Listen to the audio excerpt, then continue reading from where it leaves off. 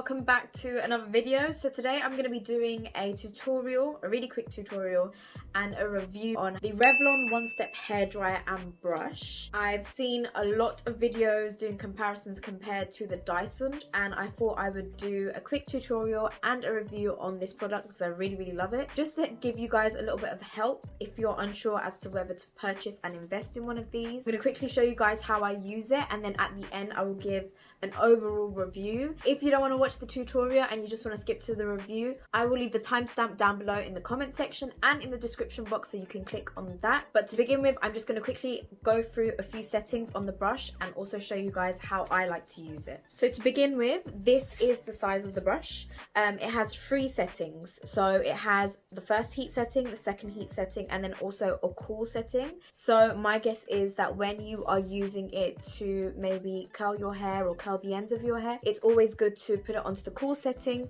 to kind of make that curl last a little bit longer and hold in place. This is the size of the brush. It is a very good size, but sometimes I do feel like if it was a little bit smaller, the curls would be a little bit more tighter and longer lasting. You can't see the wire right now, but I do feel like the wire could have been a little bit longer as well. These are just tedious things that could really make the item perfect. In regards to the bristles on the brush area, I haven't had any problems so far. It's really smooth, hasn't like poked me in the head or anything like that. When I do use the product, it really does glide through my hair, which is really good as well. I like the fact that it's got 2 different types of bristles as well. Generally, when I would blow dry my hair, I'd use 2 different types of brushes.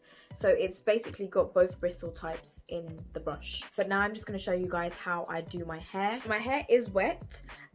Generally, I mean, it's still wet because I've just got out the shower. What I like to do, because it is quite tedious to like go over each strand of hair like over and over to try and dry it, generally I just like to go over it with the blow dryer, get it like semi-dry, it's still a little bit wet, and then I go over it with the Revlon one-step dryer. So I'm just going to quickly do that. When I'm drying my hair with the blow dryer, I do also use a round brush, but it's just basically to save time, and also I'll explain in a bit.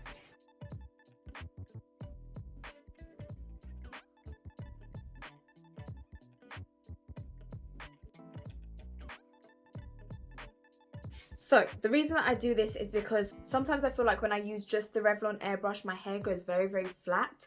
And if you have super thin hair like me, then that is kind of a problem. The people that have thick hair and have reviewed this item, I know that they don't really have this issue. But this is one of the reasons why I choose to blow dry my hair first. Also, because the brush is so big, it's really hard to get to like the baby hairs here. Because it's too big to kind of get to those bits. So generally I do kind of just take my brush and blow dry these areas and maybe even straighten them to just get the kink out. So that is what I'm going to do now, and then I'm going to start using the airbrush.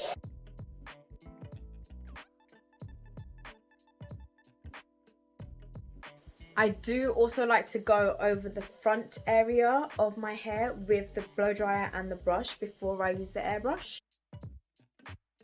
So that is that.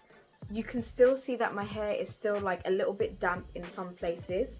I've tried it like completely dry as well, and it doesn't work as well. It works best when your hair is still a little bit damp or like completely wet. What I like to do is, you can see these areas here are still wet. So I just like to section it off like half head. I'm going to blow dry this area and then I work my way to the top.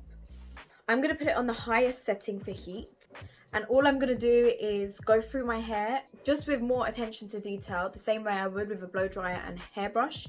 It's just easier this way because instead of, you know, fussing around with 2 different items, I'm literally just using 1.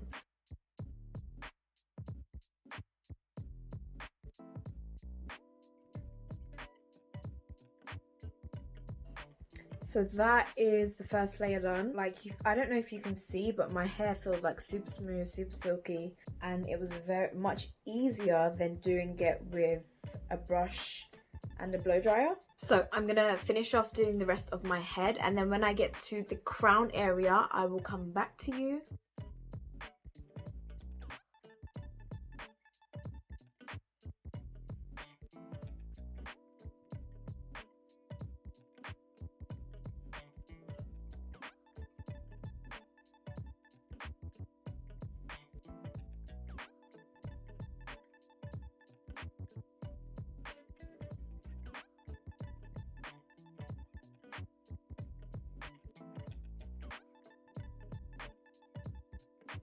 Okay, so my crown area, I like to do the back first. Now, what I will say is it's good to go over each piece of hair like a couple of times to make sure you get like proper volume. The crown area at the back of my head, I like to move the hair towards this way. So the opposite direction of where my hair would fall to give it extra volume.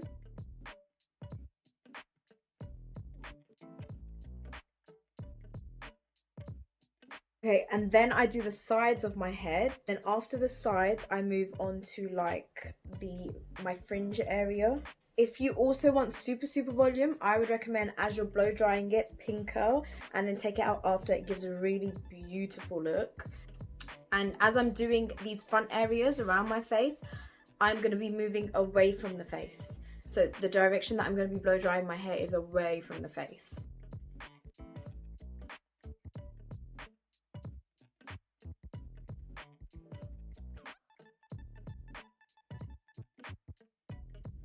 Okay, now this is my fringe area. Now all I'm gonna do is just accumulate all the hair, and then I'm gonna go between going forward, going backwards, going forward, going backwards to make sure that I get loads of volume.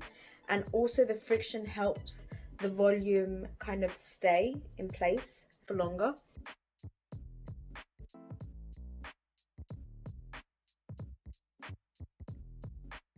Okay, so I've done that and I've just basically curled it up like how you would pin curl, and I'm just letting it cool down. The whole of my head I did on the highest setting. I don't use the cold setting simply because I've done that a couple of times and my hair ends up going really static. So I just kind of stick to this. I do find that using this, you can kind of see that my hair does go a little bit static. So if you are going to use it, this doesn't happen all the time, but it does happen a lot of the time. If you are going to use it, I would suggest getting a serum, using a little bit of hairspray. Generally, I don't really like using hairspray on like blow dries because I feel like it kind of gets rid of, you know, the blow dryiness of it. But this is my hair now. I'm just going to put some hairspray in it to get rid of the static. If you are going to put hairspray in it, you want to do like short squirts. And just a very little bit, just to tame your hair a little bit. As I said, if you do want it to be like more defined, then pin curl your hair. It makes a huge difference and it will last a little bit longer. But this is the final look. It's just like a very effortless look, very effortless blow dry look. Okay, so this is the final look. It's just very effortless, just like a nice blow dry that you would get at the salon. So very quickly, I'll give my review. Out of 10, I would probably give this probably a solid 8 out of 10. Purely because I feel like the static that you get with your hair, a bit of a downer. Also, I wish that the actual brush itself was just a very little bit smaller so that the curls on the ends and the flicks were a little bit more defined. And also my other issue with this one is that it doesn't last too long. Now I don't know whether that's just with thin hair. I do find that when you're blow drying your hair, using thicker strands of hair works a lot better. But just overall, I feel like if the brush was a little bit smaller and if the static issue was solved, then the look of the whole fresh blow dry would last a little bit longer, because as you know, when you go to a salon, it lasts for days. So it doesn't necessarily work like that for me. That's just something that would have made it a 10 out of 10 for me. As I said before, pin curl it if you want even tighter curls.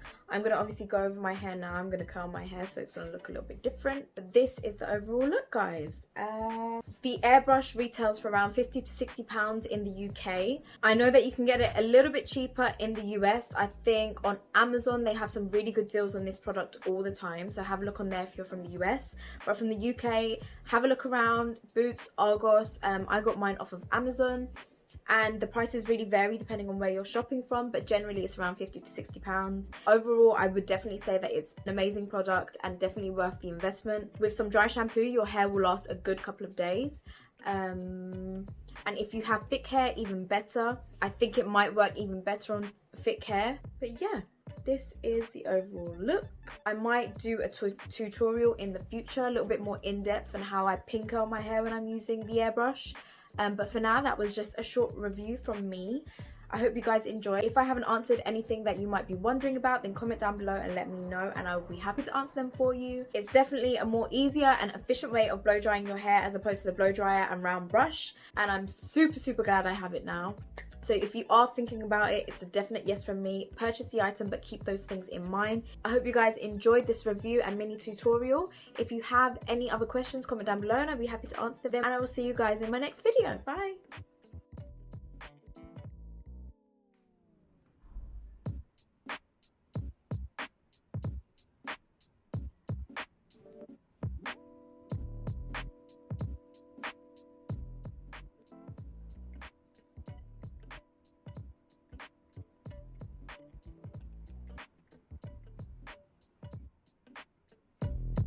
Thank you.